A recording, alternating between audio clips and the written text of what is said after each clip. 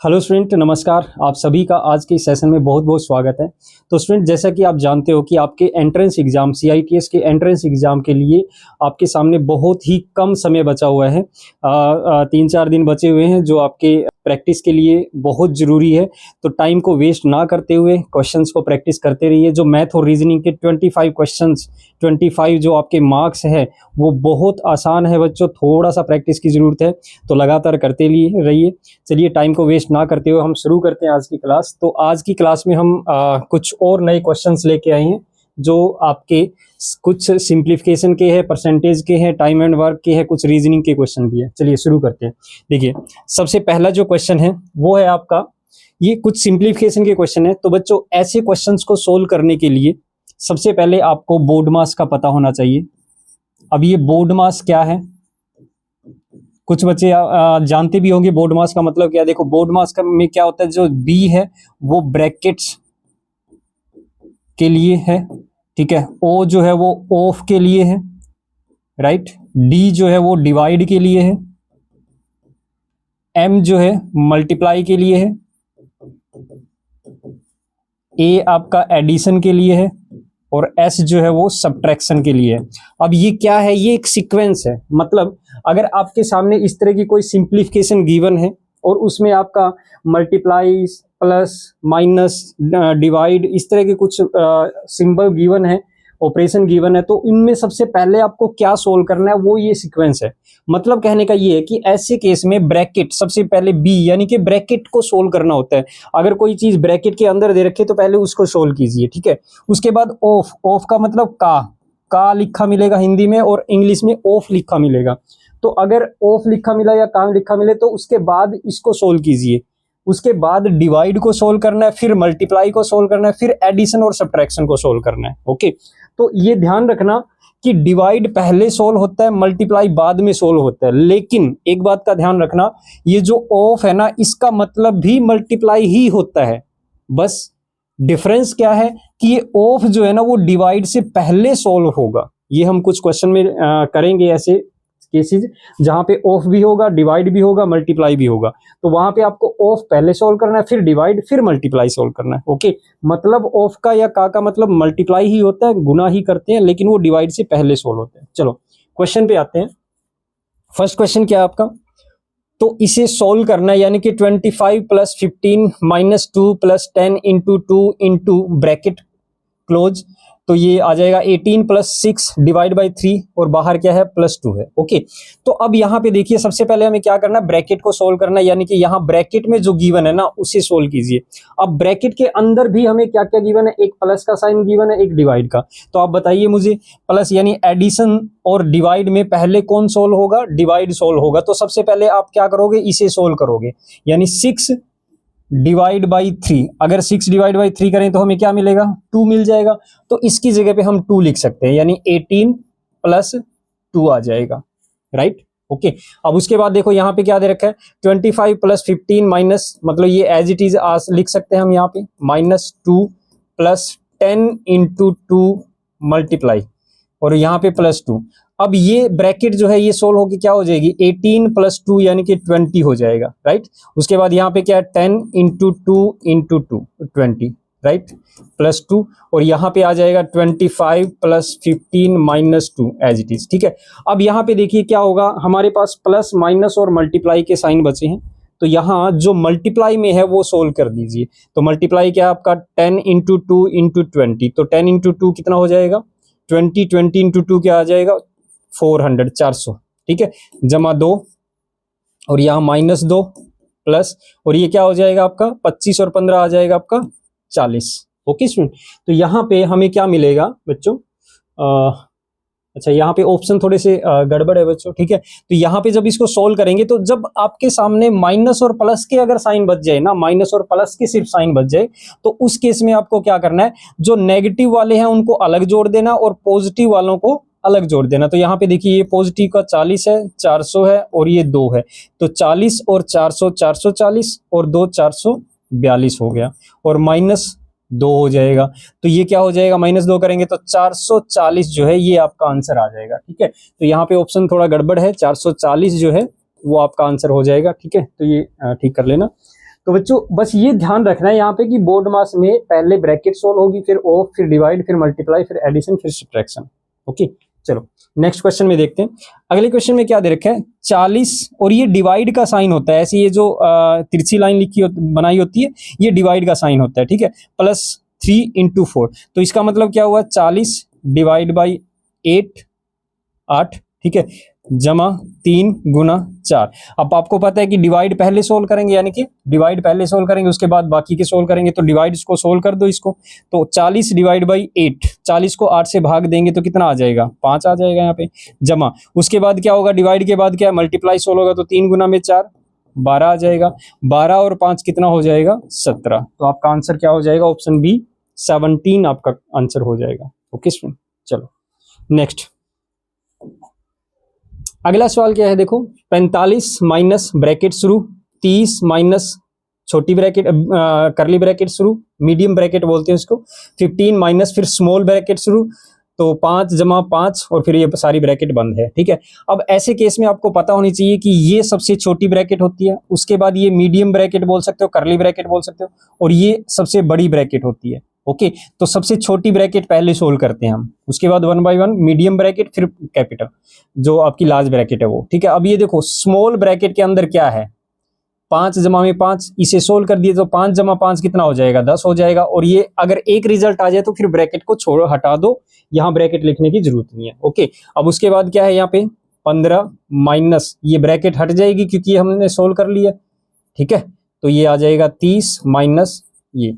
Okay, अब यहाँ पे क्या है, मीडियम ब्रैकेट है, उसको सोल्व करेंगे तो उसमें क्या दे रखा है, 15 माइनस 10, तो 15 माइनस 10 क्या हो जाएगा, 5 हो जाएगा, और इस ब्रैकेट को हटा दो सोल्व होने के बाद। आगे क्या लिखा हुआ है 30, और ये बाहर माइनस है तो माइनस हो जाएगा, ठीक है, और ये लार्ज ब्रैकेट। अब 30 माइनस 5 कितना हो जाएगा, 25। तो ये आपका रिजल्ट आ जाएगा, ऑप्शन सी आपका करेक्ट आंसर होगा। ओके स्टूडेंट, चलो नेक्स्ट क्वेश्चन है, सोल्व द डेसिमल फ्रैक्शन, दशमलव भिन्न को हल करो। अब देखो यहाँ पे क्या दे रखा है, 0.5 गुना 100 जमा 20 भाग 2.5 गुना 4 जमा 32 जमा 5। तो इसको हल करना है। अब देखो बच्चों, इसमें सबसे पहले तो हम क्या देखेंगे कि यहाँ पे गुना जमा भाग ये दे रखे हैं, तो मतलब सबसे पहले क्या होगा, भाग को सोल्व करेंगे, डिवाइड को सोल्व करेंगे। तो ये क्या है, 20 डिवाइड बाई 2.5। अब देखो 20 को 2.5 से डिवाइड किया गया, तो कैसे डिवाइड करोगे इसको, 20 को डिवाइड कर दोगे 2.5 से। अब इसे ऐसे डायरेक्टली सोल्व करने की बजाय आप क्या करोगे, दशमलव हटा दो। कैसे हटाओगे, मतलब आप क्या करोगे, देखो दशमलव हटाने के लिए हम क्या करते हैं, 2.5 को कैसे दशमलव हटाएंगे, यानी कि यहाँ पे इसको गुना 10 कर दो और ऊपर भी 10 से गुना कर दो, या डायरेक्टली आपको पता है कि इसे हम 25/10 लिख सकते हैं, ठीक है। तो ये 25/10 हो जाएगा, 25 नीचे आ जाएगा, 10 ऊपर चला जाएगा। तो यही तो हो रहा है, देखो यहाँ पे 20 गुना में 10 ऊपर चला गया और ये क्या बन जाएगा, 25 बन जाएगा, है ना। अब इसे जब सोल्व करेंगे तो 5 से ये 25 5 पे कैंसिल आउट हो जाएगा, 20 जो है 4 पे कैंसिल आउट हो जाएगा, फिर 5 से ये 10 2 पे कैंसिल आउट, 2 गुना में 4 8 आ जाएगा, यानी इसका जो रिजल्ट है वो 8 आ गया। ओके, आगे क्या है, गुना 4 जमा 32 गुना 1.5। उसके बाद इससे पहले क्या है, 0.5 गुना में 100 जमा ये है। ओके, मतलब हमने भाग को सोल्व कर दिया। अब गुना को सोल्व कर दो, देखो एक तो गुना यहाँ पे है, एक यहाँ पे है और एक यहाँ पे है, तो इसे कैसे करेंगे, देख सेम वही कर सकते हैं, यानी 0.5 का दशमलव हटाएंगे तो क्या करो, 10 से ऊपर मल्टीप्लाई कर दो, 10 से नीचे।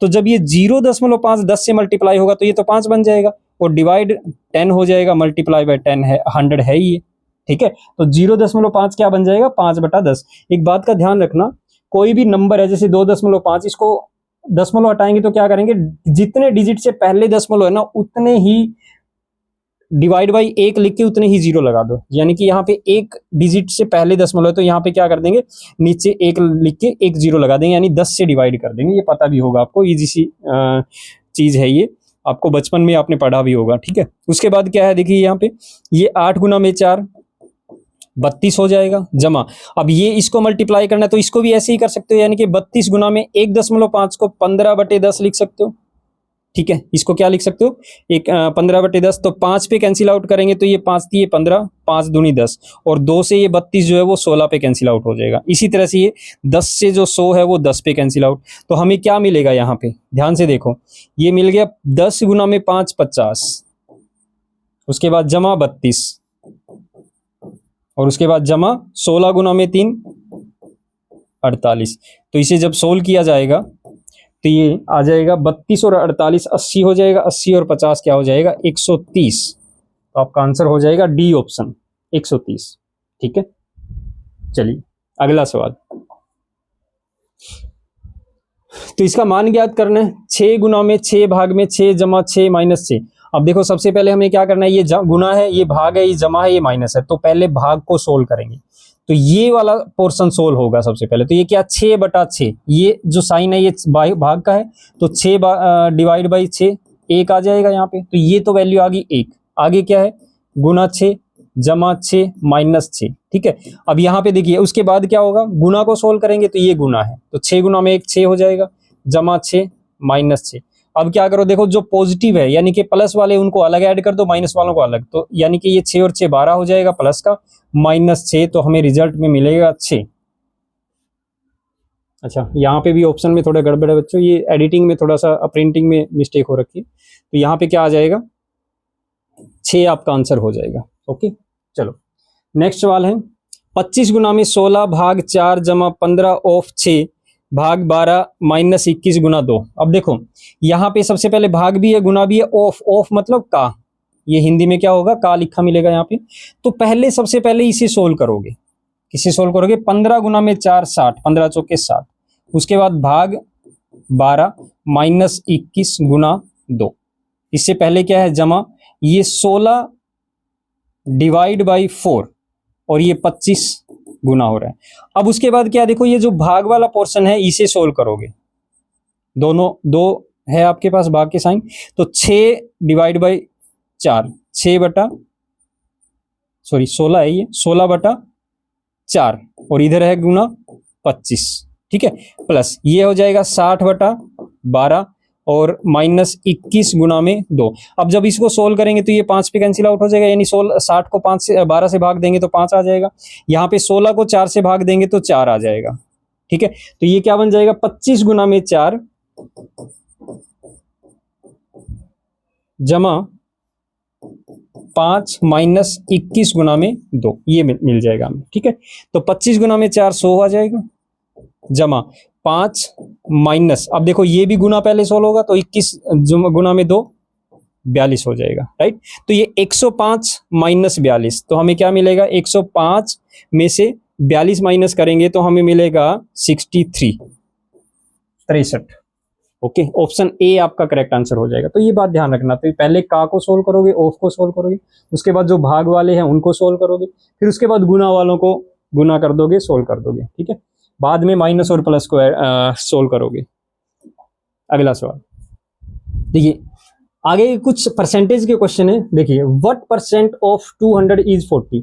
ये कह रहे हैं कि जो ये 40 है ना, ये 200 का कितना प्रतिशत है। अब देखो सिंपल सा क्वेश्चन है कि 40 जो है वो 200 का कितना प्रतिशत है। तो जी किसका प्रतिशत पूछा है, 40 की प्रतिशतता पूछी है, और किस पे कैलकुलेट करना है, वो 200 पे कैलकुलेट करना है। तो 40/200 करोगे और गुना 100 कर दोगे। इस तरह से आप परसेंटेज निकाल सकते हो। तो ये 2 0 से 2 0 कैंसिल आउट, 2 से 40 जो है वो 20 पे कैंसिल आउट, यानी कि 20% है। जैसे आप अपने मार्क्स जो आपका क्लास में स्कोर होता है उसका परसेंटेज निकालते हो ना, जैसे अगर मान लिया 200 का पेपर है और किसी स्टूडेंट के 40 मार्क्स आया तो कैसे निकालते थे हम बचपन में, यानी 40 200 में से आए हैं ऐसे लिखते थे, 200 में से 40 मार्क्स आए हैं तो कितना प्रतिशत हो गया, गुना 100 करके ऐसे प्रतिशत निकालते थे, है ना। तो सिंपल सा क्वेश्चन था, बेसिक सा क्वेश्चन है ये। अगला सवाल है, यदि किसी संख्या का 10% 50 है तो वह संख्या क्या है। तो आपको संख्या बतानी है कि उस संख्या का 10% 50 के बराबर है। तो मान लेते हैं वो संख्या x है, कोई भी संख्या x है, तो इस x का कितना 10%। 10% कैसे होगा, 10/100 से गुना कर दोगे तो ये 10% होगा। ये किसके बराबर है, 50 के बराबर है। तो हमें यहाँ पे x का मान निकालना है। तो x क्या हो जाएगा, देखो ये 1 0 से 1 0 कैंसिल आउट, यानी 1/10। तो ये 10 भाग में है तो उधर जाके गुना हो जाएगा, 50 गुना में 10 500। तो वह संख्या 500 है।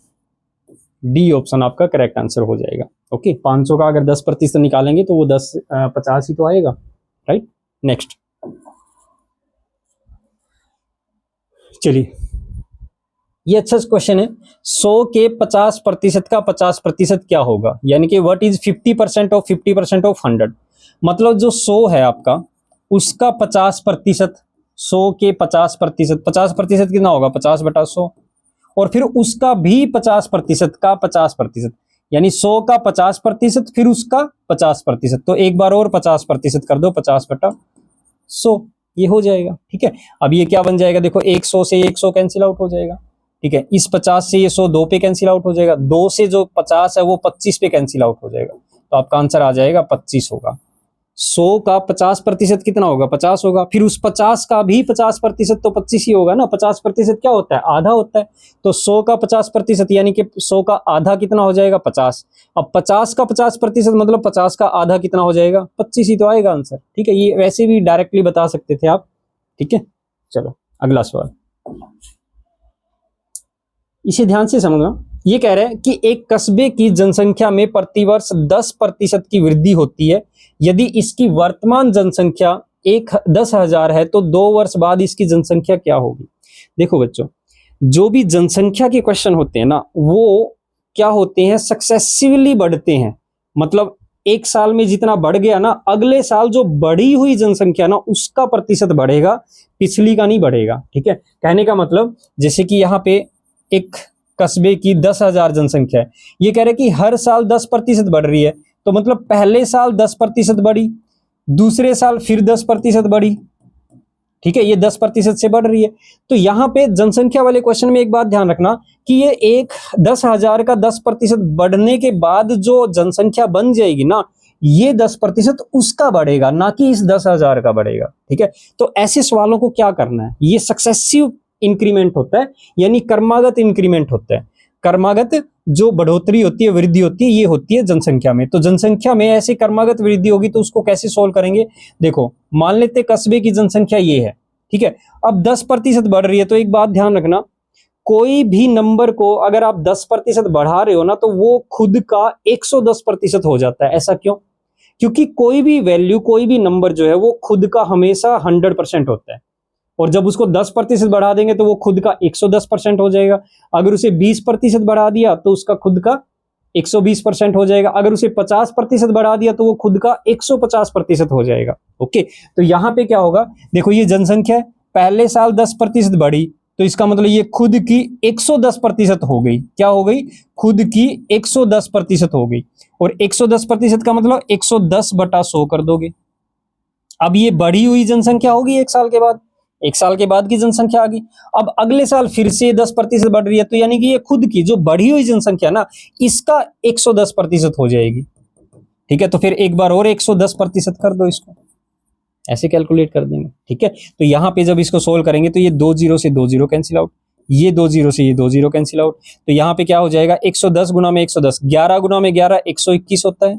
और ये 2 0 ऐड कर दो यहाँ पे, तो यानी कि 12,100 हो जाएगी 2 साल के बाद जनसंख्या। तो ये कह रहे हैं तो 2 वर्ष बाद इसकी जनसंख्या क्या होगी, 12,100। ऑप्शन सी आपका करेक्ट आंसर हो जाएगा। ओके सुन, तो ध्यान रखना, जनसंख्या वाली जो क्वेश्चन होते हैं, अगर आपको एक से ज्यादा इंक्रीमेंट दे रखे हैं, यानी कि वृद्धि दे रखी है, भाई एक बार 10% बढ़ रही है, फिर अगले साल फिर 10% बढ़ रही है, या आपको ये भी दे सकते हैं पहले साल 10% बढ़ी, अगले साल 20% बढ़ी, या घट भी सकती है। जैसे अगर मान लिया आपको ये दिया होता कि पहले साल 10% बढ़ गई है, दूसरे साल 10% घट गई है, तो फिर क्या करते आप, यानी कि 10,000 जनसंख्या थी और पहले साल 10% बढ़ी है, तो इसका मतलब ये 110% हो गई है, तो 110% कर दोगे।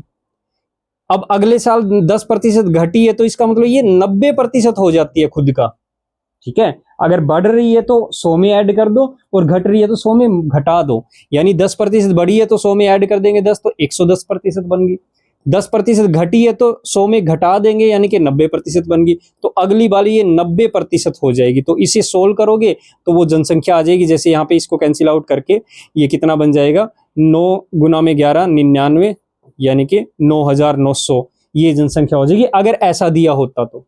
ओके, तो ये ध्यान रखना कि जब भी एक से ज्यादा वृद्धि दे रखी हो तो इस तरह से सोल्व करना है जनसंख्या वाले क्वेश्चंस को। ओके, आसान से क्वेश्चन होते हैं, ज्यादा मुश्किल कुछ नहीं होता। ठीक है, चलिए अगला सवाल।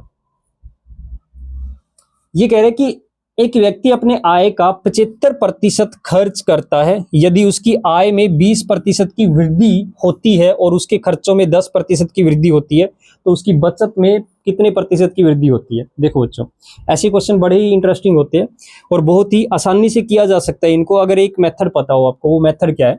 देखो, सबसे पहले तो बात ये कर रहे हैं कि ये बचत में प्रतिशत पूछ रहा है, कितना इंक्रीमेंट हुआ है, यानी कि उसकी जो सेविंग है उसमें कितना प्रतिशत इंक्रीमेंट हुआ है। तो ये बचत को यहां पे लिखो, बचत। अब ये बचत कैसे आती है? यानी कि जो आपकी इनकम है, आय है, जो आय है, उस आय में से क्या जो खर्चे हैं वो माइनस करेंगे तो बचत आ जाएगी। आय में खर्चा माइनस कर देंगे तो बचत आ जाएगी। ठीक है, खर्चा माइनस कर देंगे, बचत आ जाएगी। तो आप ऐसे क्वेश्चन को कैसे सोल्व करोगे? यानी कि आय में वृद्धि हो रही है या खर्चे में वृद्धि हो रही है, बचत में वृद्धि या मतलब जो कमी आई है वो पूछा गया है।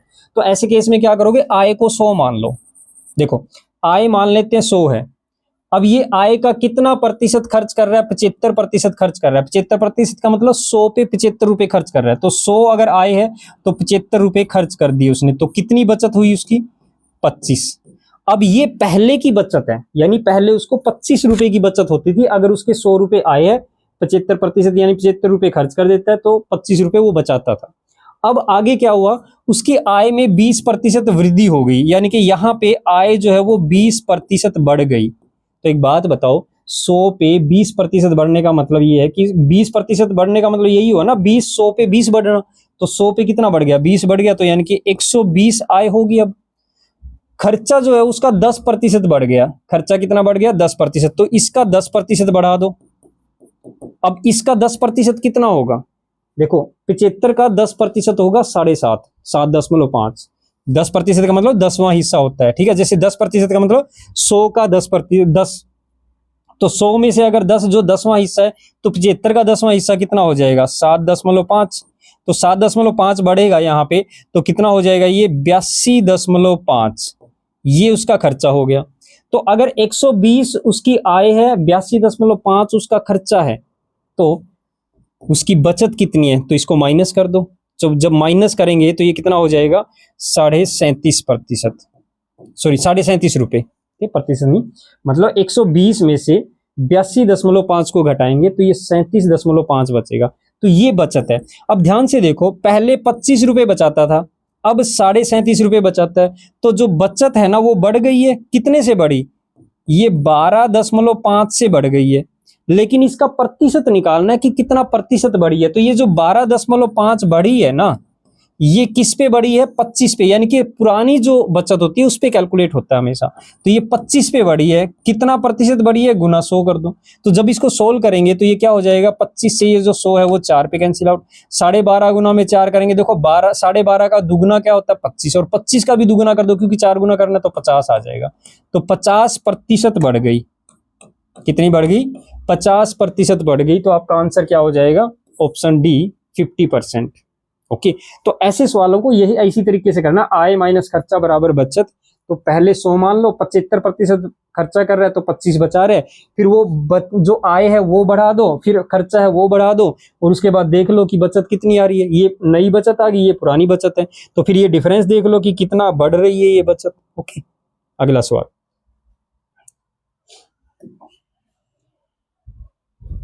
देखिए, एक चुनाव में कुल 20,000 वोट हैं। यदि जीतने वाले उम्मीदवार को कुल वोटों का 55% मिलता है तो हारने वाला उम्मीदवार कितने वोटों से चुनाव हार गया? देखो बच्चों, सिंपल सी बात है, कुल वोट जो है वो 20,000 है।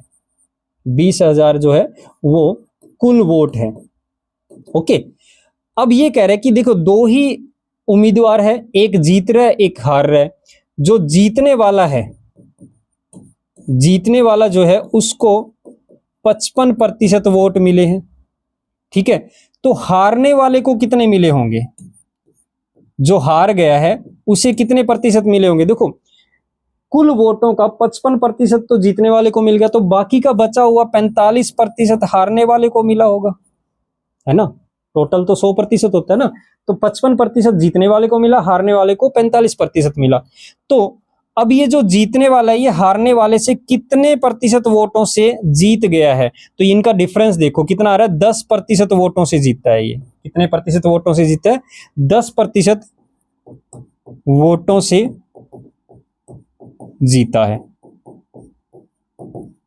ठीक है, जीत गया है 10% वोटों से। और इसमें यही पूछा गया कि उम्मीदवार कितने वोटों से जीता है, प्रतिशत तो ये आ गया 10%, लेकिन कितने वोटों से जीता है, तो इसका मतलब 20,000 का 10% निकाल दो तो वोट आ जाएंगे ये 10%। तो ये 10% कितना आ जाएगा, जैसे 10 से 10 कैंसिल आउट, 10 से 10 कैंसिल आउट, यानी कि 2000 वोट। तो कहने का मतलब ये जो 10% वोट है ये 2000 वोट के बराबर है। तो मतलब जीतने वाला जो है वो 2000 वोटों से जीता है।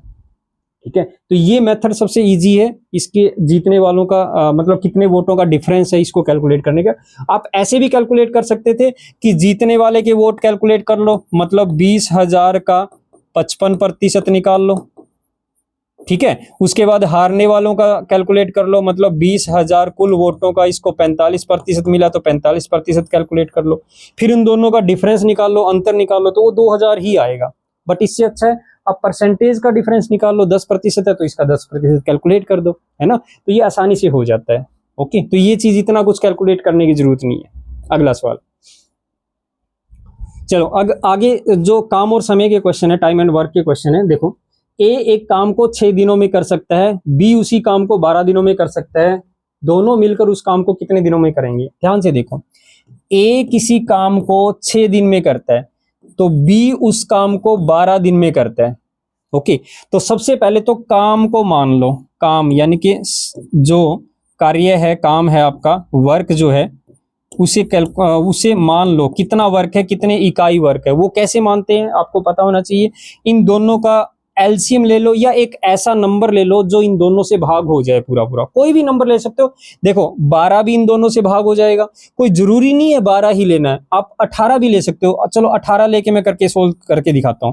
देखो, अगर कुल काम जो है, कुल काम 18 यूनिट है, कुल काम क्या है 18 यूनिट है, तो मुझे एक बात बताओ, ए अगर 6 दिन में 18 यूनिट वर्क करता है तो इसका मतलब ये डेली 3 यूनिट वर्क करता है ना, तभी तो 6 गुना में 3 18 यूनिट वर्क कर देगा 6 दिन में।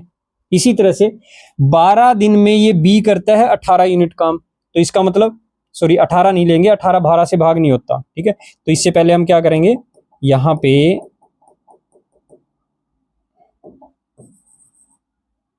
24 लेंगे, या तो 12 ले लो या 24 ले लो, क्योंकि 24 6 से भी भाग हो जाएगा, 12 से भी भाग हो जाएगा। ठीक है, तो 24 मान लो, 12 भी ले सकते हो, 12 से और आसान हो जाएगा, लेकिन मैं आपको बता रहा हूं कि कोई भी नंबर ले सकते हो, इससे कोई फर्क नहीं पड़ता। ठीक है, तो 24 भी लोगे तो भी सोल्व हो जाएगा। देखो 6 दिन में अगर ये 24 यूनिट वर्क करता है तो 6 चौका 24 यानी 4 यूनिट वर्क डेली करता है। इसी तरह से 12 दिन में 24 यूनिट वर्क कर रहा है तो ये डेली 2 यूनिट करता है, 12 दूनी 24, 2 यूनिट करता है। तो अब ये कह रहे जब दोनों मिलकर काम करेंगे, ये दोनों मिलकर काम करेंगे तो कितना काम करेंगे डेली, 4 ये करेगा और 2 ये करेगा, यानी डेली 6 यूनिट वर्क करेंगे, 6 यूनिट वर्क करेंगे। अब अगर ये 6 यूनिट वर्क डेली करते हैं दोनों मिलके, ए और बी दोनों मिलकर अगर 6 यूनिट 6 इकाई काम डेली करते हैं तो 24 इकाई काम कुल काम को कितने दिन में करेंगे, तो 6 से भाग कर दे दो, 6 चौका 24, 4 दिन में कर देंगे। अब मैं इसको बताता हूं कि 12 लेके भी कर सकते हो, जैसे कि ए जो है वो 6 दिन में कर रहा है, बी 12 दिन में कर रहा है, तो यहाँ पे 12 कुल काम मान लो। अब 6 की एफिशिएंसी क्या हो जाएगी, यानी 6 दूनी 12, 2 यूनिट काम डेली करता है, 6 एकम 12 एकम 12 यानी ये 1 यूनिट काम करता है। मतलब अगर ये 6 दिन में 12 यूनिट काम कर रहा है तो 2 यूनिट काम डेली करता है।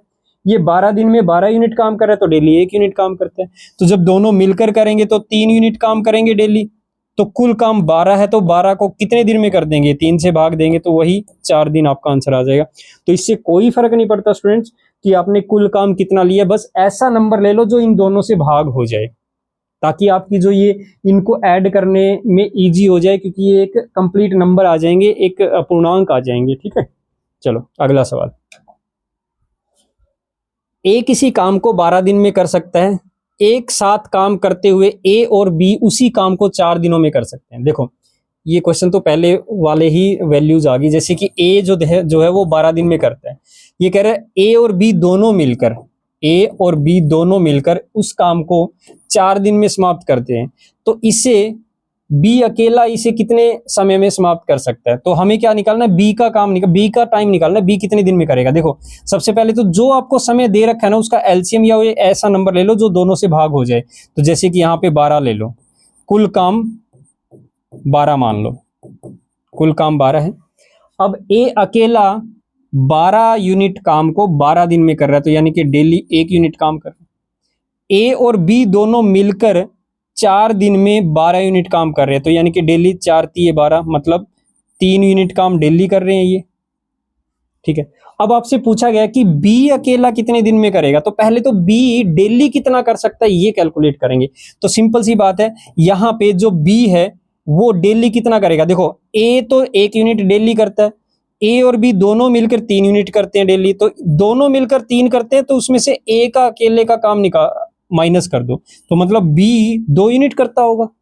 दोनों मिलकर 3 यूनिट काम करते हैं, ए तो 1 यूनिट काम कर सकता है एक दिन में, तो बाकी का 2 यूनिट काम कौन करता होगा? बी करता होगा। अब बी अगर डेली 2 यूनिट काम करता है, तो ये जो पूरा काम है, कंप्लीट काम है, कुल काम जो है उसे कितने दिन में करेगा? 12 यूनिट काम को अगर डेली 2 यूनिट करेगा तो ये 6 दिन में पूरा कर देगा। तो आपका आंसर आ गया 6 दिन, ऑप्शन ए।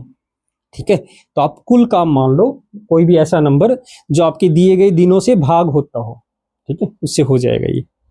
अगला क्वेश्चन है, A can complete 1/3 of a work in 5 days, how many days will he take to complete the full work. देखो बच्चों, कभी भी ऐसा क्वेश्चन आ जाए कि आपको एक काम का कुछ हिस्सा दे रखा है, मतलब जैसे कि 1/3 भाग जो है वो ए जो है वो 1/3 भाग को 5 दिन में कर रहा है, 5 दिन में कर रहा है। ठीक है, तो आपसे पूछा गया है कि पूरे काम को, पूरे काम का मतलब एक काम को कितने दिन में किया जाएगा। तो हमेशा ये जो हिस्सा है ना इससे डिवाइड कर दो दिन को, मतलब 5/1/3 ऐसे करेंगे, तो मतलब 1/3, ये 1/3 जो है वो ऊपर मल्टीप्लाई होके 3/1 हो जाएगा, यानी 5 का 3/1 हो जाएगा, सॉरी 3/1 हो जाएगा, तो ये 15 दिन में होगा। आप ये भी सोच सकते हो कि 1/3 मतलब तीसरा हिस्सा, 1/3 भाग का मतलब क्या होता है? 1/3 भाग का मतलब तीसरा हिस्सा, काम का तीसरा हिस्सा 5 दिन में हो रहा है, तो पूरा काम कितने दिन में होगा? देखो 3 में से एक काम 5 दिन में हो रहा है, तो बाकी का 2 काम 5-5 दिन और लगेंगे, मतलब तीसरा हिस्सा करने में 5 दिन लग रहे हैं, तो अगला तीसरा हिस्सा करने में 5 दिन और लगेंगे, फिर उससे अगला तीसरा हिस्सा करने में 5 दिन और लगेंगे, तो तीनों हिस्सों को कंप्लीट करने में टोटल 15 दिन लग जाएंगे। ओके, तो ये यूनिटरी मेथड से किया जा सकता है। अगला सवाल, ए, बी और सी एक काम को क्रमशः 2 घंटे, 3 घंटे और 6 घंटे में पूरा कर सकते हैं। यदि सभी मिलकर काम करते हैं तो काम को समाप्त करने में कितना समय लगेगा? देखो ए उस काम को 2 घंटे में करता है, बी उस काम को 3 घंटे में करता है, सी उस काम को 6 घंटे में करता है, तो ये तीनों मिलकर कितने समय में करेंगे? सबसे पहले तो मैंने क्या बताया था, कुल काम मान लो, कुल काम, टोटल वर्क, तो वो जो टोटल वर्क है वो कितना मानेंगे? जो ऐसा नंबर लो जो इन तीनों से भाग होता हो। अब आपको पता है, देखो 6 जो है वो 2 से भी भाग हो जाएगा, 3 से भी, और 6 से तो हो ही जाएगा। 12 भी ले सकते हो, 18 भी ले सकते हो, तीनों से भाग होने वाला, तो हम 6 ही मान लेते हैं। मान लेते हैं कुल काम 6 है। अब ये जो 6 है ये ए जो है वो 2 दिन में कर देता है, तो इसका मतलब ये 2 तिया 6, 3 यूनिट काम डेली करता है। इसी तरह से बी जो है वो 3 दिन में 6 यूनिट काम कर देता है, यानी कि 3 दूनी 6, तो 2 यूनिट काम डेली करता होगा। ये 6 दिन में 6 यूनिट काम कर रहा है, यानी कि डेली 1 यूनिट काम करता होगा ये। ठीक है, अब जब ये तीनों मिलकर काम करेंगे तो उसका मतलब ये हुआ कि ये तीनों मिलकर डेली कितना काम करेंगे? ए 2 यूनिट, 3 यूनिट करेगा, बी 2 यूनिट करेगा और सी 1 यूनिट, तो 3 + 2 + 1 यानी कि 6 यूनिट काम डेली होगा, 6 यूनिट काम डेली होगा। अगर 6 यूनिट काम डेली होगा तो ये तीनों मिलकर इस 6 यूनिट कुल काम को कितने दिन में करेंगे? तो 1 दिन में ही कर देंगे ये, क्योंकि 6 यूनिट काम डेली कर रहे हैं ये तीनों मिलकर 1 दिन में 6 यूनिट काम कर सकते हैं, तो ये कुल काम भी तो हमारा 6 ही है, तो यानी कि ये 1 दिन में ही कंप्लीट कर देंगे इस पूरे काम को। सॉरी, ये घंटे दे रखे हैं ना, तो घंटे आ जाएगा, 1 घंटे में ही पूरा कर देंगे ये काम। अगर टाइम घंटों में दे रखा है तो घंटे में ही आंसर आएगा, 1 घंटे में पूरा कर देंगे। ओके, चलो अगला सवाल, 15 मजदूर एक मशीन को 6 दिनों में असेंबल कर सकते हैं, उसी मशीन को 9 दिनों में असेंबल करने के लिए कितने मजदूर की आवश्यकता होगी। देखो स्टूडेंट, ऐसे जो क्वेश्चन होते हैं ना, उसमें क्या करोगे आप, मैन और डेज यानी दिन और जो काम है उसको डिवाइड में, पहला केस। दूसरे केस में क्या करोगे, सेम वही, मैन, डेज और वर्क। अब ये क्या है, ये यूज करना है, ये रिलेशन जो है ना, ये यूज करना हमेशा। ये M1 D1 W1, सॉरी यहाँ पे ये W1 है, उधर W2 है। तो ये क्या है, मतलब दो केस दिए मिलेंगे। दो केस मतलब जैसे एक केस तो ये हो गया और दूसरा केस ये हो गया। पहले केस में वैल्यूज दी मिलेगी, जैसे कि 15 मजदूर एक मशीन को 6 दिन में कर रहे हैं, तो मजदूरों की संख्या भी दे रखी है, दिनों की संख्या भी दे रखी है। दूसरे केस में कुछ मिस मिलेगा और वो आपको कैलकुलेट करना है, जैसे कि यहाँ पे उसी मशीन को 9 दिनों में कितने मजदूर बनाएंगे, तो यहाँ पे दिनों की संख्या तो दे रखी है लेकिन मजदूरों की संख्या कैलकुलेट करनी है, दी नहीं हुई है। तो ऐसे केस में दो केस मिलेंगे, यानी कि पहले में कुछ सब कुछ दिया मिलेगा, दूसरे वाले में एक चीज मिस मिलेगी। और सब कुछ देने का मतलब ये है कि इनमें से कुछ दिया मिलेगा और दूसरे वाले में जो यहाँ पे दे रखा उनमें से कुछ एक वैल्यू नहीं दी मिलेगी।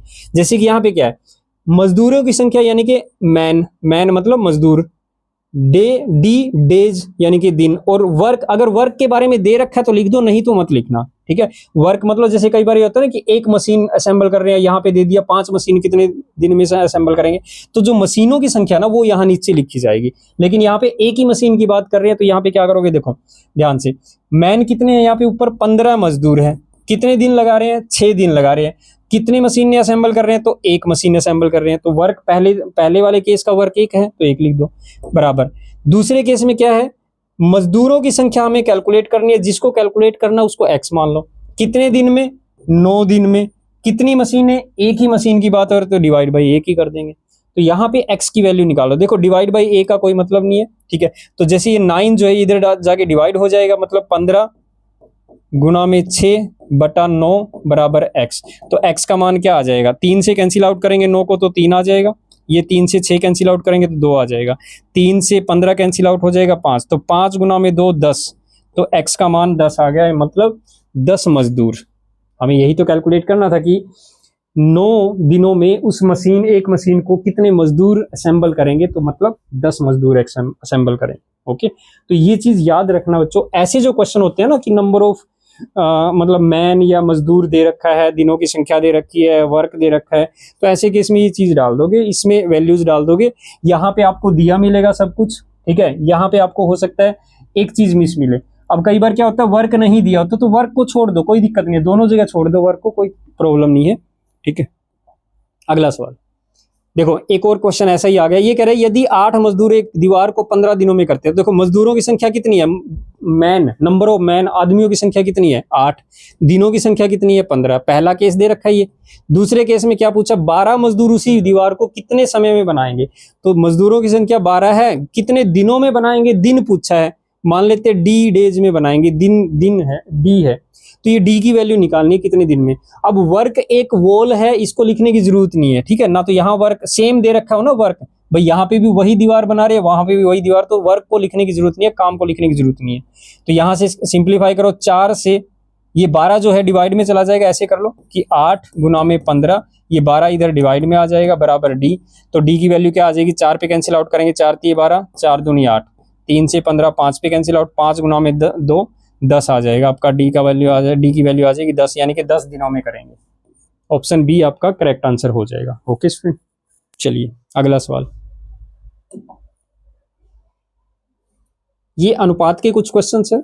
ये कह रहे हैं यदि 3a is equal to 2b, if 3a is equal to 2b then find the ratio of a is to b। मतलब 3a बराबर 2b दे रखा है, तो हमें a अनुपात b निकालना है। अब इसकी वैल्यू निकालनी है। कहने का मतलब ये है कि a अनुपात b का मतलब क्या होता है, a बटा b निकालना है। अगर ये कैलकुलेट हो जाएगा तो ये आ जाएगा, ठीक है। अब ये कैसे, देखो सिंपल सा क्वेश्चन है। ये क्या हो रहा है, यहाँ पे 3 गुना में a है और इधर 2 गुना में b है। अब जब गुना है तो यानी कि ये जो 3 उधर इधर गुना में है तो इधर डिवाइड में चला जाएगा, ये जो b है ये गुना में है तो इधर डिवाइड में, मतलब a, ये b इधर आके डिवाइड में आ जाएगा और ये 3 उधर जाके डिवाइड में चला जाएगा। हो गया बस सोल्व। तो इसका मतलब क्या, a by B is equal to 2/3, मतलब a अनुपात b की वैल्यू क्या आ जाएगी? 2:3। सिंपल सा क्वेश्चन। ओके, चलो अगला सवाल। एक कक्षा में लड़कों और लड़कियों का अनुपात 4:5 है। यदि लड़कों की संख्या 20 है तो लड़कियों की कुल संख्या ज्ञात कीजिए। देखो, लड़के और लड़कियां, इनका जो अनुपात दे रखा है वो 4:5 दे रखा है। ओके, अब यहां पे जब ऐसा अनुपात दिया होता है ना, तो आप मान सकते हो कि लड़कों की संख्या मान सकते हो 4x, ठीक है, लड़कियों की संख्या मान सकते हो 5x। जो अनुपात दिया होता है, अनुपात में जो वैल्यू दी होती है उसके साथ x लगा दो, तो वो लड़कों की संख्या और लड़कियों की संख्या आ जाएगी। ठीक है, अब इसने कहा है कि अगर लड़कों की संख्या 20 है, मतलब हमने क्या माना, 4x माना, लेकिन क्वेश्चन में 20 दे रखी है, तो 20 के बराबर रख दो, यहां से x का मान निकाल लो। तो ये 4 इधर गुना में है तो इधर जाके डिवाइड में चला जाएगा, 5, x का मान 5 आ गया।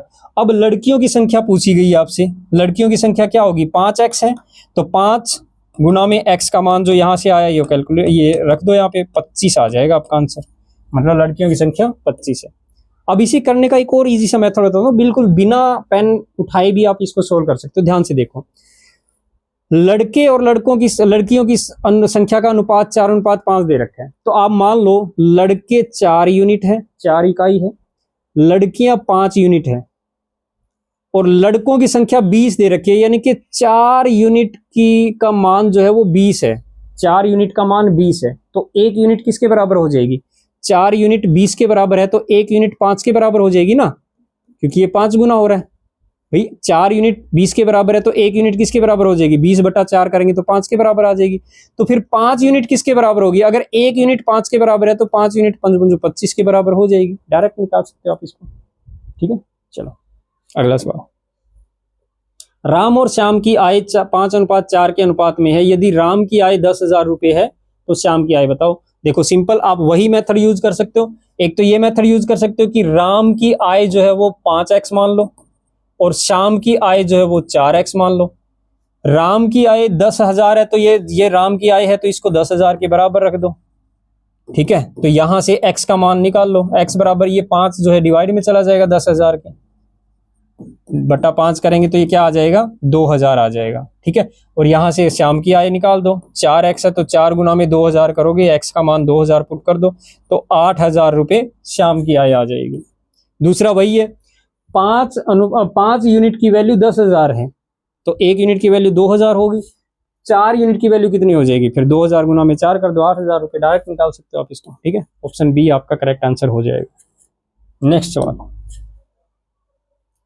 यदि ए और बी को प्राप्त राशियों का अनुपात 2:3 है और उन्हें प्राप्त कुल राशि 350 रुपए है, तो ए को प्राप्त राशि बताइए। देखो, कुल राशि जो है, कुल राशि 350 रुपए है, कुल अमाउंट जो है वो 350 रुपीज है, और ए और बी को जो मिला है वो किस अनुपात में मिला है, किस रेशियो में मिला है, 2:3 के रेशियो में मिला है।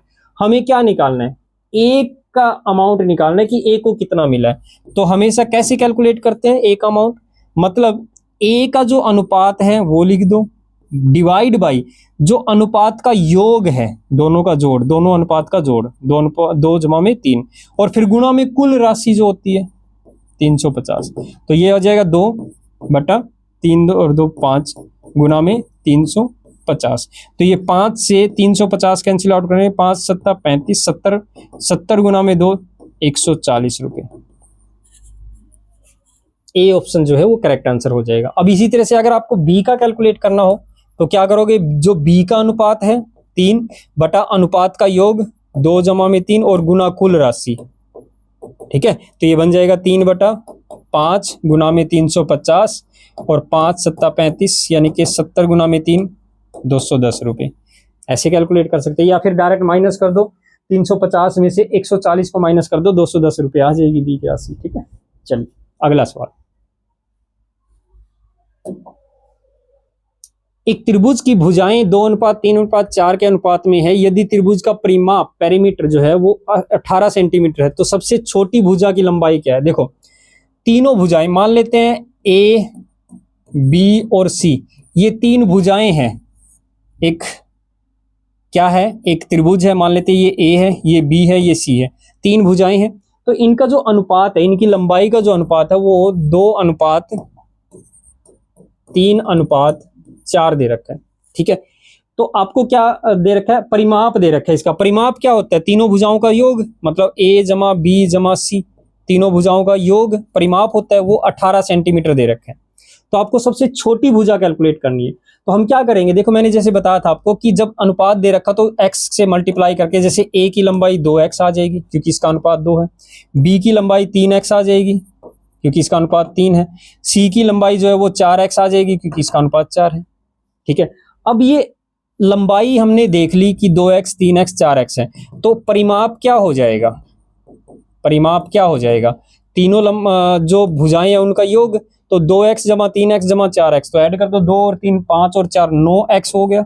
अब ये जो 9x है ना, इसकी वैल्यू दे रखी है 18, तो x की वैल्यू क्या आ जाएगी, 18/9 मतलब 2 आ जाएगी। तो x का मान रख दो। अब देखो, अब मुझे ये बताओ, आपको देख के पता लग रहा होगा कि 2x 3x और 4x में सबसे छोटी भुजा कौन सी है, 2x ही तो होगी, क्योंकि ये 2 गुना में x है, ये 3 गुना में x है, ये 4 गुना में x, तो सबसे छोटी तो यही होगी। तो इसका मान आ जाएगा आपका, कितना आ जाएगा इसका मान, मतलब x का मान 2 रख दो यहाँ पे, 2 गुना में 2, x का मान 2 है, तो यानी कि 4 सेंटीमीटर जो है ये सबसे छोटी भुजा आ जाएगी। Option B is your correct answer. Okay student, चलिए अगला सवाल करें। 30 मिनट का 1.5 घंटे से सरलतम रूप में अनुपात ज्ञात कीजिए। आपको क्या करना है, 30 मिनट, ठीक है, और 1.5 घंटा आर, ठीक है, इन दोनों का अनुपात निकालना है। 30 तो मिनट है, ये घंटे। अब ये क्या है, 1.5 घंटा है। अब पहले तो क्या करोगे, इस 1.5 घंटे को मिनट में कन्वर्ट करो, क्योंकि जब भी अनुपात निकाला जाता है ना, तो उनकी यूनिट सेम होनी चाहिए। रुपयों का अनुपात रुपयों के साथ ही आएगा, मिनट का अनुपात मिनट के साथ ही कैलकुलेट होगा, घंटे का अनुपात घंटे के साथ ही कैलकुलेट होगा, लीटर का अनुपात लीटर में होगा, किलोग्राम का अनुपात किलोग्राम में होगा। ऐसा नहीं है कि आप मिनट का अनुपात जो है किलोग्राम के साथ कैलकुलेट कर दो, रुपयों का अनुपात जो है लीटर के साथ कैलकुलेट कर दो, ऐसा कुछ नहीं होता। यूनिट सेम होनी चाहिए आपकी। तो यहाँ पे मिनट है तो यहाँ पे भी मिनट बनाओ, या फिर अगर यहाँ पे घंटे है तो यहाँ पे भी घंटे बनाओ। तो मिनट बनाना ज्यादा आसान है। 1.5 घंटे का मतलब क्या है, 1 घंटा जमा आधा घंटा, ठीक है। अब 1 घंटे में 60 मिनट होती है, जमा आधे घंटे में कितना हो जाएगा, 30 मिनट, मतलब 90 मिनट। या आप क्या करो, देखो एक तरीका ये भी है कि 1.5 घंटा है यानी 1.5 घंटे है, तो घंटे को मिनट में बनाने के लिए 60 से गुना करेंगे, तो ये गुना कर दो 60 से, तो इसका मतलब क्या हो जाएगा, देखो इसको 60 से गुना करोगे तो क्या हो जाएगा, इसका दशमलव हटा दो, 15/10 हो जाएगा, गुना में 60, क्योंकि इसका दशमलव हटाएंगे तो बटा 10 कर देंगे, 1 0 से 1 0 कैंसिल, 15 छिक्का 90, वही आ रहा है आपका, ठीक है। कैसे भी कैलकुलेट कर लो। तो यहाँ पे 90 मिनट आ गई, ये क्या आ गया, 90 मिनट। तो हमें अनुपात निकालना है इसका, तो 30 मिनट और 90 मिनट, इसका अनुपात। जब भी ऐसे अनुपात निकालोगे तो जो कॉमन फैक्टर है वो कैंसिल आउट कर दो, जिससे कैंसिल, जैसे 0 से ये 0 कैंसिल आउट हो रहा है, ठीक है। अब ये 3 से 9 कैंसिल आउट है, 3 एकम 3 और ये 3 3 9, तो जो सरलतम रूप है इसका वो 1:3 है। बी ऑप्शन जो है वो आपका करेक्ट आंसर हो जाएगा। इसमें एक और ऑप्शन दिया होना चाहिए था, चलो बी ऑप्शन जो है वो आपका करेक्ट आंसर हो जाएगा। ओके, चलो नेक्स्ट।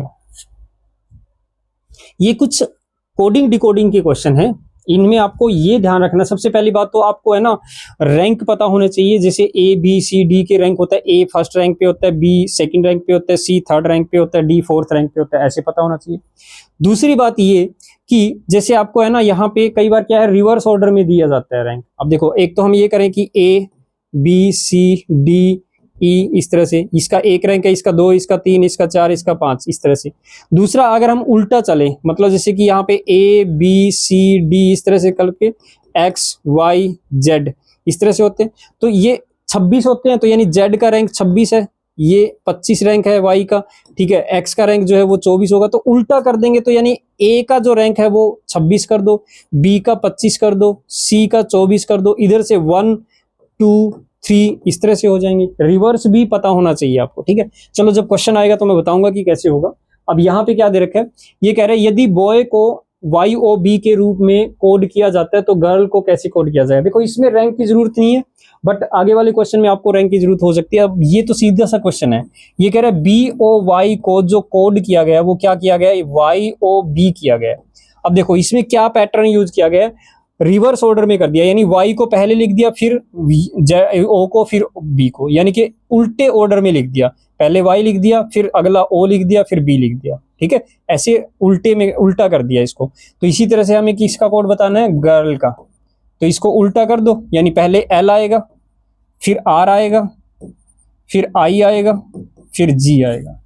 तो क्या आ जाएगा, LRI G, ये फर्स्ट ऑप्शन यहाँ पे रहा LRI G, ठीक है। तो ये आपका आंसर हो जाएगा। चलो अगला सवाल। अब ये कह रहा है कि पेन PEN इसको कोड किया गया ODM में, तो बुक का कोड बताना है क्या होगा। अब यहां से देखो, अगर आपको रैंक पता है ना तो आप आसानी से बता सकते हो कि क्या किया गया है। जैसे P का जो रैंक होता है वो 16 होता है, 16 नंबर पे होता है। E जो है वो 5 नंबर पे होता है, N जो है वो 14 नंबर पे होता है, O जो है वो आपका 15 नंबर पे होता है, D 4 नंबर पे होता है, M जो है वो 13 नंबर पे होता है। तो क्या किया जा रहा है, देखो ध्यान से देखो, 16 से 15 -1 किया जा रहा है, 5 से 4 -1 किया जा रहा है, 14 से 13 -1, यानी कि यहां से यहां आने में -1 घटाया जा रहा है। घटाने का मतलब P से पहला जो आपका अल्फाबेट है वो O होगा, पहला एक माइनस किया तो मतलब पीछे गए हैं एक, तो P से पहले O आता है, E से पहले D आता है, N से पहले M आता है, मतलब -1 किया गया। तो यहाँ पे -1 कर सकते हैं। जैसे B का रैंक 2 है, O का रैंक कितना है, 15 है, O का रैंक 15 है, K का रैंक 11 है। तो इसमें से अगर हम -1 करेंगे तो 2 -1 करेंगे तो 1 आ जाएगा, 15 में से माइनस करेंगे 14 आ जाएगा, 15 में से 1 माइनस करेंगे 14, 11 में से 1 माइनस करेंगे 10। तो 1 A का रैंक होता है, 14 जो N का रैंक होता है, 14 N का रैंक होता है, 10 जो है वो J का रैंक होता है। तो ANNJ मतलब पहले वाले अक्षर, B से पहले A आएगा, O से पहले N आएगा, K से पहले J आएगा। ओके चलो अगला सवाल। ये कह रहा है माइंड को MIND को NHOC में लिखा गया है, तो उसी भाषा में टेस्ट को कैसे लिखेंगे। तो देखो MIND को NHOC में लिखा गया, तो M जो है वो 13 नंबर पे होता है, I जो है वो 9 नंबर पे होता है, N 14 नंबर पे होता है, D 4 पे होता है, N जो है वो 14 पे होता है, H 8 पे होता है, O 15 पे होता है, C जो है वो 3 पे होता है। तो क्या हो रहा है, देखो 13 से 14 एक ऐड किया जा रहा है, 9 से 8 एक माइनस किया जा रहा है। देखो यहाँ पे तो +1 किया जा रहा है, यहाँ पे -1 किया जा रहा है,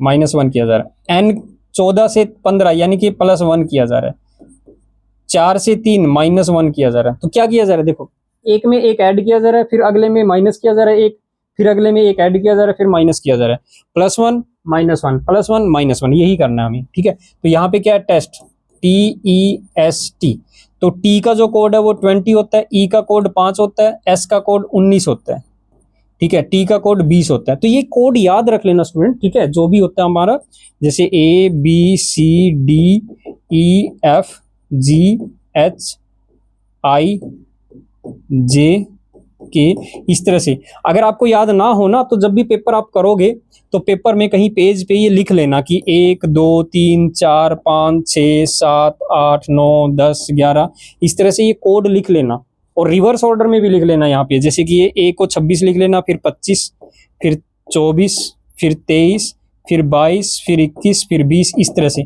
घटते क्रम में। तो ये कहीं पेज पे लिख लेना पेपर आने से पहले, तो आपके लिए इजी हो जाएगा।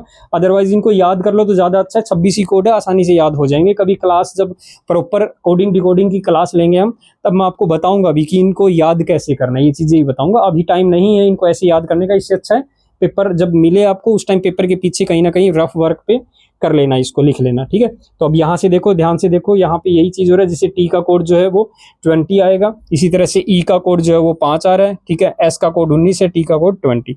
तो हमें पहले क्या करना है, +1 करना है। जैसे यहाँ पे +1 पहले किया तो वहाँ पे भी +1 पहले करना है, -1 +1 -1। तो जब +1 करेंगे तो ये 21 हो जाएगा, -1 करेंगे तो 4 हो जाएगा, +1 करेंगे तो ये 20 हो जाएगा, -1 करेंगे तो 19 हो जाएगा। तो 21 पे कौन होता है? 21 पे आपका U होता है, 4 पे D होता है, 20 पे T होता है, 19 पे S होता है। तो UDTS ऑप्शन सी आपका करेक्ट आंसर हो जाएगा। ओके, आसान होते हैं ये डिकोडिंग डिकोडिंग जो सवाल होते हैं, बस आपको ये कोड याद होने चाहिए तो इससे ज़्यादा इजी हो जाते हैं, आपको फ़र्क पता चल जाएगा कि क्या किया जा रहा है। अब यहाँ पे तो चलो एक पहले एक बाद वाला लिख रखा है, कई बार 2 माइनस प्लस किया जा सकता है, 3 माइनस प्लस किया जा सकता है, कुछ भी किया जा सकता है, ठीक है, तो वो भी आ जाते हैं क्वेश्चन। चलो, अब ऐसे क्वेश्चन को ध्यान से देखना, ये क्वेश्चन थोड़ा सा अलग है। इस क्वेश्चन में क्या दे रखा है, देखो ROSE, इसका जो कोड दे रखा है वो 6821 दे रखा है। इसी तरह से CHAIR, इसका जो कोड है वो 73456 दे रखा है, ठीक है। इसी तरह से प्रीच PREACH, इसका कोड दे रखा है 961473। अब हमें पूछा क्या गया है, आपको SEARCH, इसका कोड पूछा गया है, सर्च का कोड। अब ऐसा जो क्वेश्चन आता है ना, इस तरह से क्वेश्चन आ जाए, आपको सबसे पहले तो ये दिमाग में रखना है, जैसे ही आप ये चीजें देखोगे ना, जो आपको गिवन होंगे, जिनके कोड आपको दिए होंगे ना, उनमें ध्यान दो, जब आपसे जो पूछा गया वो इसी के अंदर है, दिख रहा होगा। जैसे कि अगर मतलब आपको ये नजर आ जाए ना कि S यहाँ पे है, देखो S भी है यहाँ पे, E भी है यहाँ पे, ठीक है, A भी है यहाँ पे, ये रहा A, ठीक है, उधर भी है। देखो सर्च EARCH, ये पूरा का पूरा है, EACH है, R नहीं है यहाँ पे, R यहां से उठा लोगे। तो जब आपको जो पूछा गया है ना, उसके सारे अल्फाबेट अगर आपको दिए गए कोड में मिल जाए, अगर जैसे ही आप क्वेश्चन देखोगे तो आपको देखने से आइडिया आ जाएगा कि हाँ, ये तो सारे के सारे अल्फाबेट जो पूछे गए ना वो सारे इनमें है।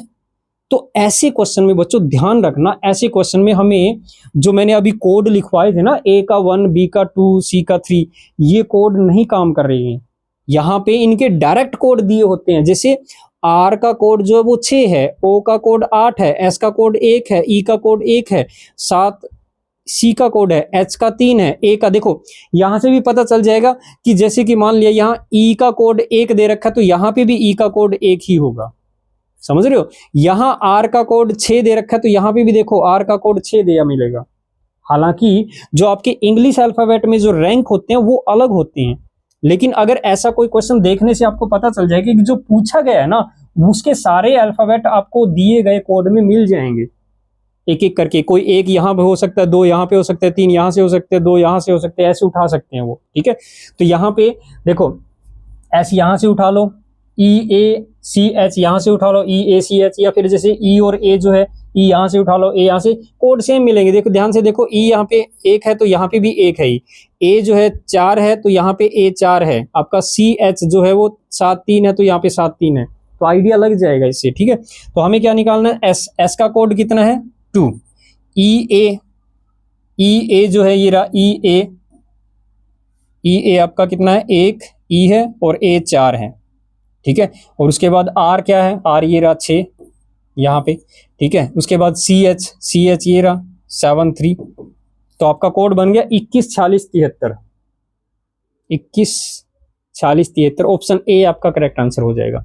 तो ऐसे क्वेश्चन में डायरेक्ट कोड दिए होते हैं, आपको वो रैंक यूज नहीं करनी ABCD के, ठीक है। अगला सवाल, ये भी बड़े अच्छे क्वेश्चन होते हैं, देखो अब बहुत आसान होते हैं। ये कह रहे हैं कि निश्चित कूट भाषा में पिटदार ना का अर्थ यू आर गुड है, और ये क्या है, डा टोक पा का अर्थ जो है वो गुड एंड बैड है, और टिम ना टोक का अर्थ जो है दे आर बैड है। देखो इनका कोई मतलब नहीं होता पिटदार ना, ठीक है, ये वैसे लिखा होता है, इनको वैसे बोलते हैं कि चाइनीज लैंग्वेज के जो क्वेश्चन होते हैं वो दे रखे हैं, एक्चुअल में ये चाइनीज लैंग्वेज नहीं होती, वैसे लिखा होता है, ठीक है। अब इसमें कैसे करेंगे आप ये देखो कि इस ऐसे क्वेश्चन को सोल्व कैसे करेंगे। देखो पिटदार ना, ये 3 वर्ड है यहाँ पे, इनका अर्थ ये दे रखा है, तो यहाँ पे भी 3 वर्ड है। इसी तरह से डार टोक पा, इसमें भी 3 वर्ड है, और यहाँ पे भी देखो 3 वर्ड जो अर्थ दे रखा है, इसमें भी 3 वर्ड है। तो ऐसे क्वेश्चन में एक बात ध्यान रखना, क्या करना होता है, हमें 2 को एक साथ देख के चलना होता है। जैसे कि देखो इसको और इसको ध्यान से देखो, इनमें दोनों में कॉमन क्या है, एक जैसा क्या है, आपको क्या नजर आ रहा है, देखो डी ए आर यहाँ पे भी है और डी ए आर यहाँ पे भी है ना। इसी तरह जो इनके अर्थ हैं, इनके अर्थ क्या, यू आर गुड और गुड एंड बैड, तो इन दोनों में कॉमन क्या, एक जैसा क्या है, तो गुड जो है ना वो दोनों में है, गुड दोनों में है ना, इसमें भी गुड है इसमें गुड, बाकी डिफरेंट है, यू आर है यहाँ पे एंड बैड है, तो डिफरेंट है, अलग अलग है। तो मतलब डार का मतलब क्या हुआ, फिर डार का मतलब जो है वो गुड हो गया, ऐसे कैलकुलेट करना है। अब दूसरा मान लो और निकालना है, तो देखो पहले वाले को और तीसरे वाले को कंपेयर कर लो। ये पिट डार ना टिम ना टोक, जो टोक है ना जो है, सॉरी ना जो है ये दोनों में है ना एन ए दोनों में है, तो इनके अर्थ में दोनों में क्या कॉमन है, देखो यू आर गुड और इसमें क्या है दे आर बैड, आर जो है वो सेम है, आर सेम है, तो इसका मतलब एन ए ना, इसका जो मीनिंग है वो आर आ जाएगा। ओके अब दूसरा देखो, अब यहां पे देखो डी ए आर का मतलब गुड आ गया, एन ए का मतलब आर आ गया, तो बचा क्या आपके सामने, यू बचा, तो मतलब पिट का मतलब जो है, पिट का जो मतलब है ये वो आ जाएगा आपका यू, सिंपल ऐसे कैलकुलेट हो जाएगा। दूसरा अगर मान लिया यहाँ पे जैसे कि हमने पहले और तीसरे को कंपेयर किया, अब दूसरे और तीसरे को कंपेयर कर लो, टिम ना टोक, ये डार टोक, टोक जो है, टोक क्या है, देखो यहाँ पे जो टोक है, टोक जो है और यहाँ पे भी टोक है, तो इनमें कॉमन क्या हो जाएगा, देखो इसमें गुड एंड बैड और यहाँ पे दे आर बैड, तो बैड कॉमन है ना, तो बैड आ जाएगा आपका, ठीक है। जो टोक है उसका क्या आ जाएगा, टी ओ के, इसका आ जाएगा बैड। तो ये मैंने मतलब सारे नहीं कैलकुलेट करने होते आपको, सबकी मीनिंग कैलकुलेट नहीं करने होते, जो पूछा गया आपसे, पूछा क्या गया है कि दे का जो कोड है वो क्या होगा, दे का कोड क्या होगा, यहाँ पे अभी तक दे आया नहीं है, तो इस तरह से कैलकुलेट करने के अब आ जाएगा दे। देखो आर का कोड हमें मिल गया, आर का कोड क्या मिल गया, एन ए, बैड का कोड क्या मिल गया, टी ओ के टोक, दे का कोड क्या बचेगा, फिर यही तो बचेगा टिम, दे का कोड क्या बचेगा, टिम, यानी कि यही बचेगा। ओके तो दे का ही पूछा गया आपसे, तो ये आ जाएगा टिम, एक बचा, तो ऑप्शन सी जो है वो आपका करेक्ट आंसर हो जाएगा। आपको दो दो को कंपेयर करना है, बस जो कॉमन होगा उसका आंसर आपको मिल जाएगा, ठीक है। चलिए अगला सवाल है, देखिए if go is coded as 32, G O का जो कोड है वो 32 है, तो एच ई का कोड क्या होगा, एच ई का कोड क्या होगा, ये पूछा गया।